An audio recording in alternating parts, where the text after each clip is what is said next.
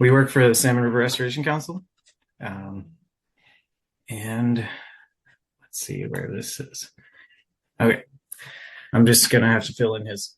So we've been monitoring tributaries in the Salmon River Basin since 1992, including 101 site locations within 34 tributaries, the main stem, the north, south, and east forks of the Salmon River.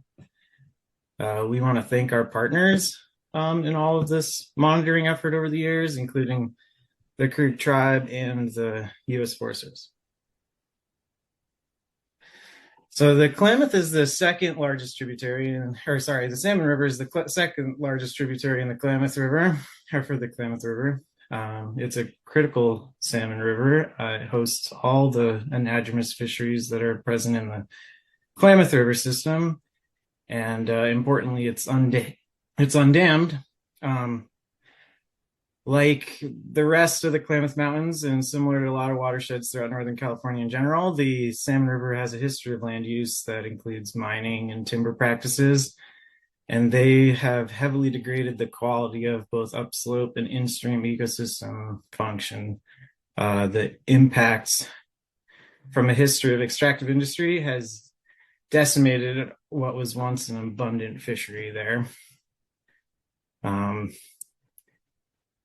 So the goal of this project was to aggregate SRC and our partners' water quality data and draw some conclusions about our temperature trends in order to create a framework that we could then use to compare with landscape and ecological conditions within those watersheds.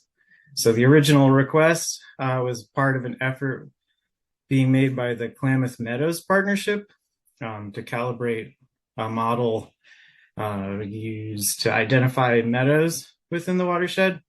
However, the foundation that we created in this process is useful for us internally at SRC, especially in our habitat restoration program, because we can use it to understand trends in our tribs, and we can understand our prioritization and figuring out what we should do with our restoration actions. I want to make a note that in terms of ecological analysis and ecosystem environmental characteristics, these are relatively short data sets and they have questionable statistical relevance, but we wanted to make use of what we have, especially when time is of the essence with figuring out what we're going to do as we move forward with our stream restoration project. So the first step was to use USGS's digital elevation models, aspect renders, watershed boundary maps to create an integer slope model base map. And then we processed our trib data and created a combined watershed database that was easily manipulatable. And along the way, we started filtering out anomaly streams and any tribs that had less than 10 years of continuous data. We also outright omitted Woolly Creek due to its size and the fact that it functions more like a fork of the river than a trib. So to do this, this was going to be, Olin was going to introduce this, but Olin took our existing temperature database and that Eli Sarian call out, thank you so much, helped us build a access database years ago.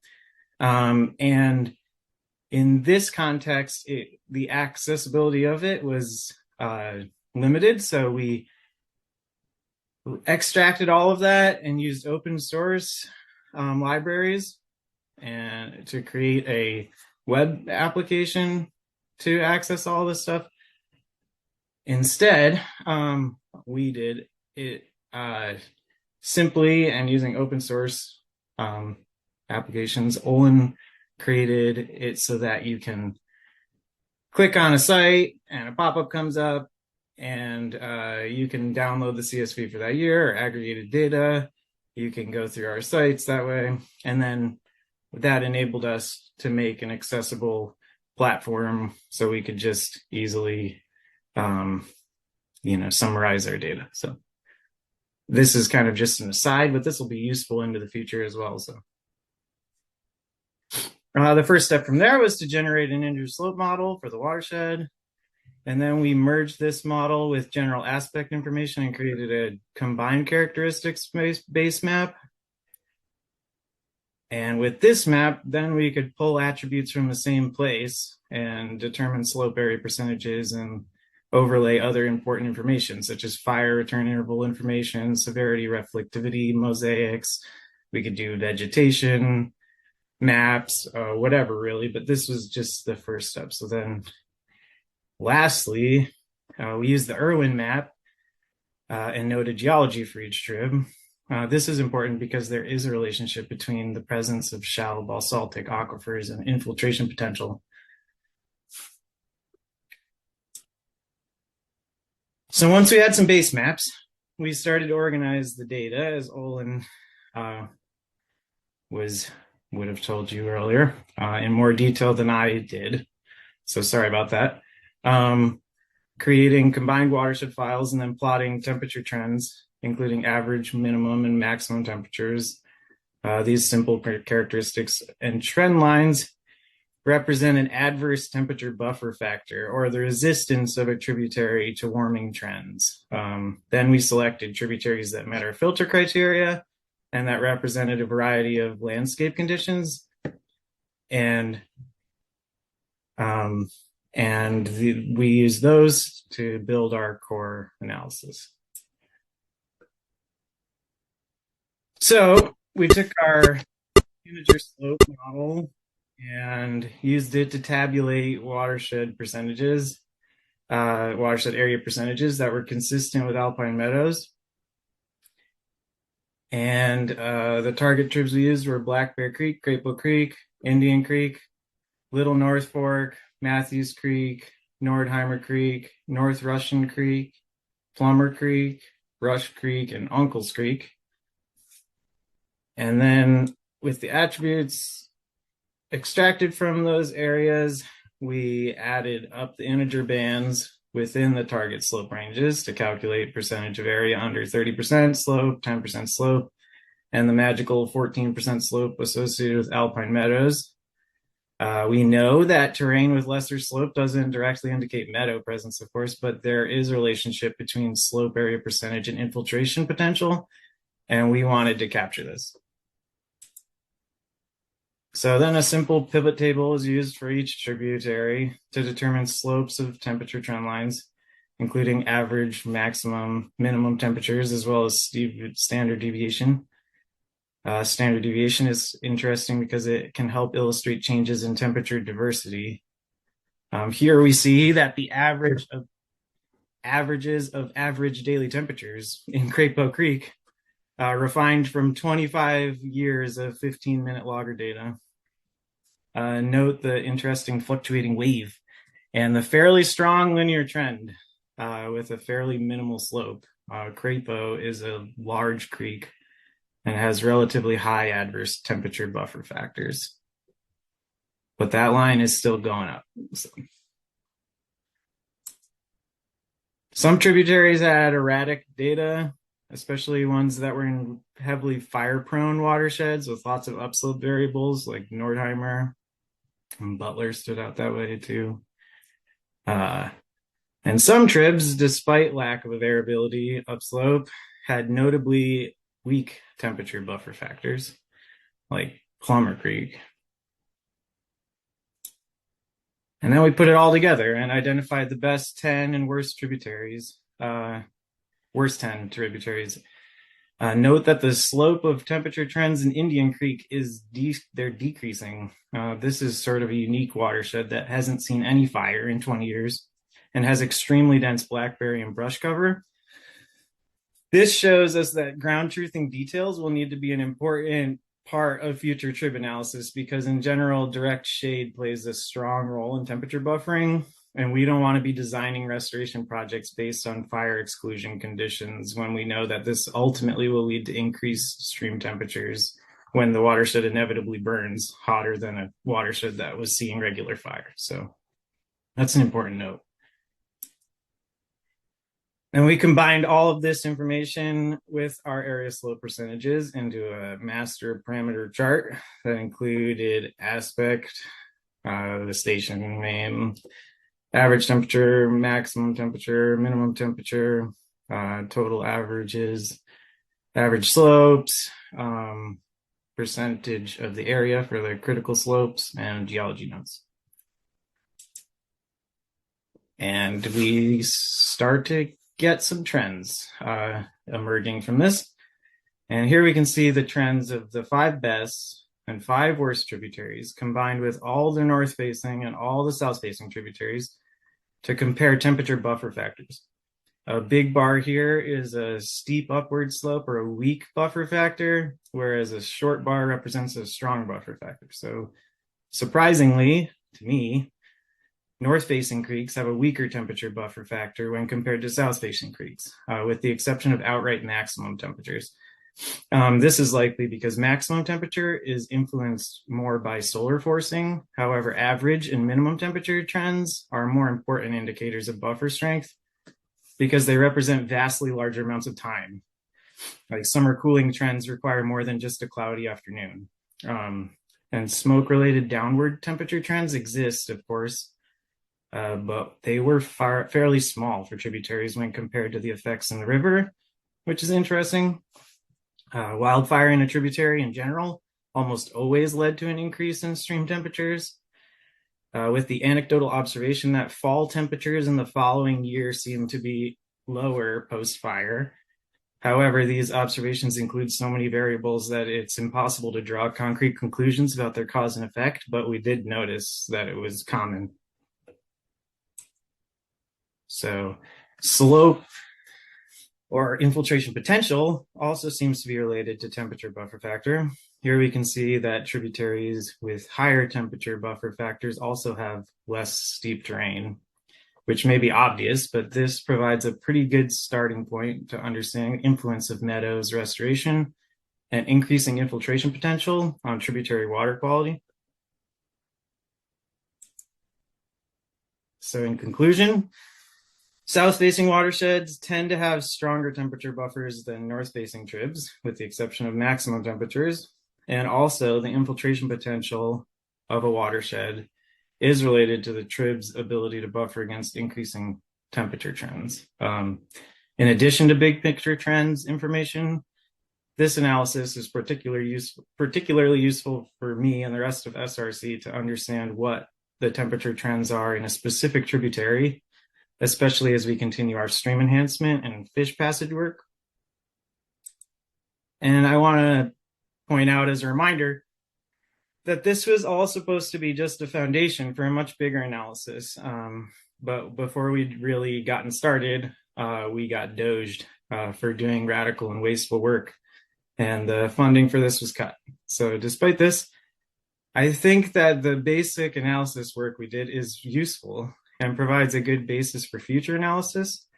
And I'd like to see it used to overlay vegetation type information, definitely wildfire and drought conditions, frequency, intensity, mosaics, and any other ongoing meadows identification work.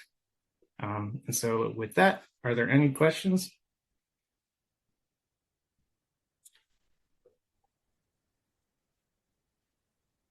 All right, thanks. Let's see, I'm not seeing any in the chat yet. Eli? Sarah, there we go. Yeah, I had a question. Did you do any like data completeness screens or that kind of thing? Because it seems like if you don't kind of control for like, well, did the probes go in June one year, but not till July or May the next year or something, and you're calculating averages over the whole period of time, you could get maybe some effects from that. So did you deal with that issue? And then if so, how? Yeah, we did. Olin would definitely be the person to answer that, but I know he did. He started it at the latest deployment date and then ended it at the earliest extraction date, just for that reason. And we're pretty good about getting them out by the first week of June. So using the later dates for deployment doesn't really it doesn't like take away a lot of the summer. But yeah, that's part of why that was part of the filtration. The filtration process involved things like that. And some of that was pretty sad because there were creeks we would have liked to use, but they were just missing a couple years of of information.